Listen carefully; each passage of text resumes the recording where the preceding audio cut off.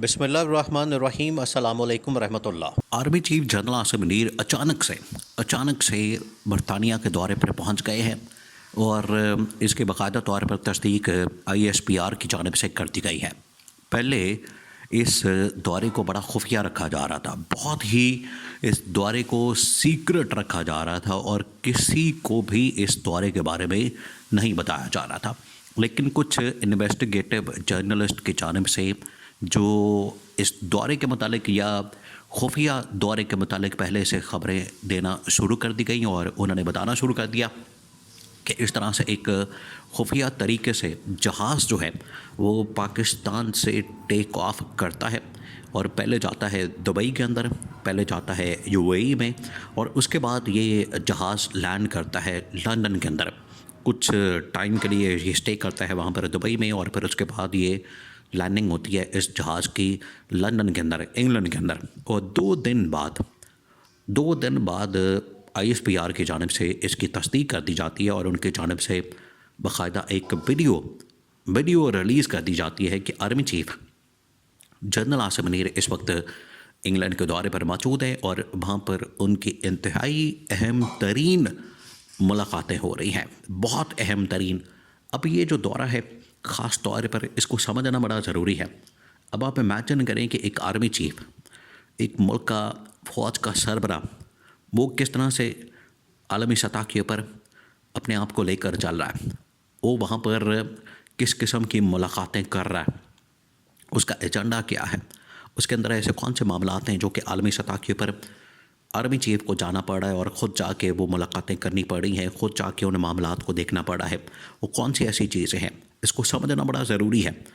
क्योंकि यहाँ पर या तो जाना था वज़ीर-ए-आज़म ने, देखिए अगर आलमी सतह के ऊपर कुछ मामलात ऐसे हैं आलमी लेवल के या सफारती लेवल के या कुछ और इस तरह के मामलात, तो या तो उसमें जाना बनता है वज़ीर-ए-आज़म का या फिर उसके अंदर जाना बनता है वज़ीर-ए-ख़ारजा का। इसके अलावा तो किसी का काम नहीं बनता।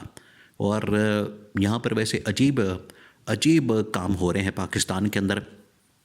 अगर हलफ बर्दारी की तकरीब होती है डोनाल्ड ट्रंप की, अमरीकी सदर की, तो वहाँ पर कौन जाता है? वहाँ पर इंटीरियर मिनिस्टर उठकर चला जाता है। हालांकि वज़ीर दाखिला का दूर दूर तक ताल्लुक़ नहीं बनता इस मामले के साथ, तकरीब हलफ बर्दारी के साथ। किसी भी शख्सियत की जो आलमी सरबरा है, आलमी शख्सियत है, उसकी तकरीब हलफ बर्दारी के अंदर आज तक नहीं किसी ने सुना कि उसके अंदर जो है इंटीरियर मिनिस्टर या वज़ीर दाखिला जाके पार्टिसिपेट करता हो। या तो उसके अंदर डिफेंस मिनिस्टर जाएगा या फिर फॉरेन मिनिस्टर जाएगा, और अगर इससे बड़ा मामला है तो फिर वज़ीर-ए-आज़म लेवल का बंदा जाएगा या फिर सदर लेवल का बंदा जाएगा। इससे कम पे तो नहीं हो सकता।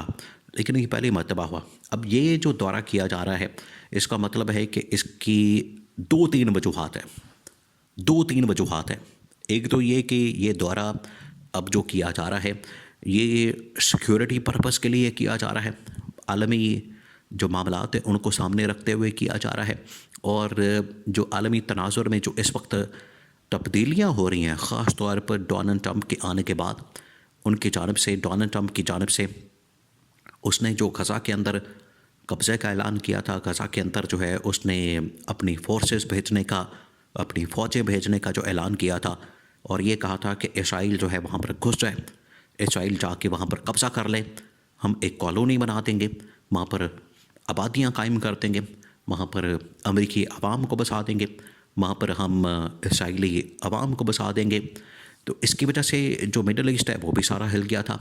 पाकिस्तान की जानिब से भी रद्द अमल आया था। देखें मसला कहाँ पर आता है, जब इस तरह की आलमी लेवल के ऊपर बड़ी बड़ी तब्दीलियाँ रूनमा होती हैं और इस तरह के बयानात, इस तरह के अज़ाइम, इस तरह की साजिशें जो आलमी ताकतें हैं करना शुरू करती हैं, तो वहाँ पर फिर एक आलमी लीडर का होना बड़ा ज़रूरी है।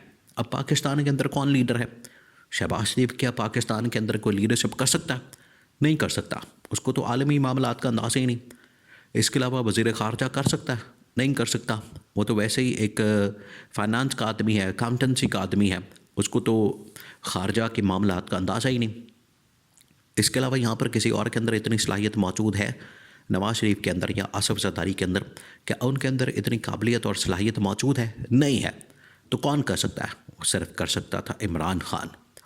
अगर आज इमरान ख़ान इनकी जगह पर होता, उसकी गवर्नमेंट होती, उसकी हुकूमत होती, वो वज़ीर आज़म होता, उसकी टीम होती, वो इनको बताता कि आलमी सतह के ऊपर जो तब्दीलियाँ हो रही हैं, जो मुसलमानों के साथ खिलवाड़ किया जा रहा है, जो मुसलमानों के ज़मीनों पर कब्ज़ा किया जा रहा है, मुल्कों पर हमले किए जा रहे हैं, मुसलमानों के ख़िलाफ़ जुल्म और सितम किया जा रहा है, उसका जवाब कैसे दिया जाता है इमरान खान बताता। क्योंकि इमरान खान के दौर में ये बड़ा अहम नुक्ता है। इमरान खान के दौर में पाकिस्तान के ऊपर और ख़ास तौर पर इमरान खान के ऊपर बड़ा प्रेशर मौजूद था कि आप इसराइल को तस्लीम कर लें, इसराइल के साथ ताल्लुकात को बहाल कर लें, इसराइल के साथ जो है सफारती ताल्लुकात आप रिस्टोर कर लें। लेकिन इमरान खान का जैसे अमेरिका को एब्सोल्युटली नॉट का जवाब था, बिल्कुल उसी तरीके से इमरान खान ने एक प्लेटफॉर्म के ऊपर, जब इमरान खान मुख्तलिफ यूरोपियन ताकतों के दौरे करता था, वहाँ पर इमरान खान से एक ही सवाल किया जाता था कि आप इसराइल के साथ ताल्लुकात बहाल करेंगे या नहीं करेंगे। तो इमरान खान का जवाब हमेशा इनकार की सूरत में होता था कि हम बिल्कुल भी इसराइल के साथ ताल्लुकात बहाल नहीं करेंगे। और इस मामले में जो हमारा विज़न है वही विज़न है जो कि हमारे कायदे आज़म मोहम्मद अली जिन्ना का विज़न था कि हम इसराइल की नाजायज़ रियासत को कभी भी तस्लीम नहीं करेंगे। यही मेरा मौक़िफ़ है, ये इमरान खान का मौक़िफ़ होता था। तो आज फिर इसका मतलब है कि इनके अंदर तो इतनी सलाहियत मौजूद नहीं, तो आर्मी चीफ को ख़ुद मैदान के अंदर आकर सारे मामलात को देखना पड़ा।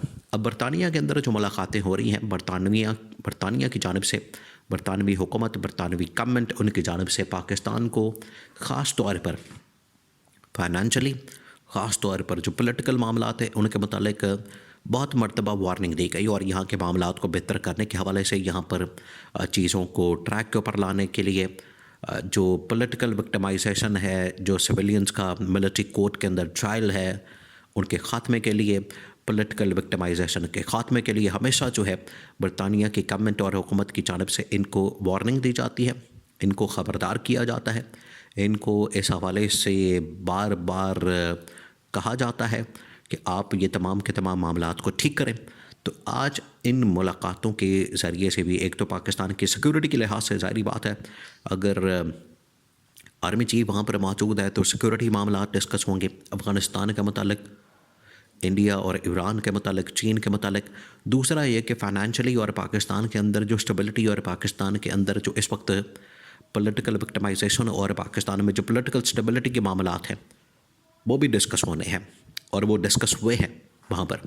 और एजेंडा बड़ा क्लियर है, ये 2-3 चीज़ें, सिक्योरिटी, पॉलिटिकल सिचुएशन और इकोनॉमिक सिचुएशन, और फिर उसके बाद इंटरनेशनली पाकिस्तान का जो स्टांस है उसके मुतालिक बात की गई है। तो बहुत अहम तरीन दौरा, जिसको पहले खुफिया रखा गया लेकिन बाद में इसको पब्लिक करके पूरा का पूरा क्लियर कर दिया गया।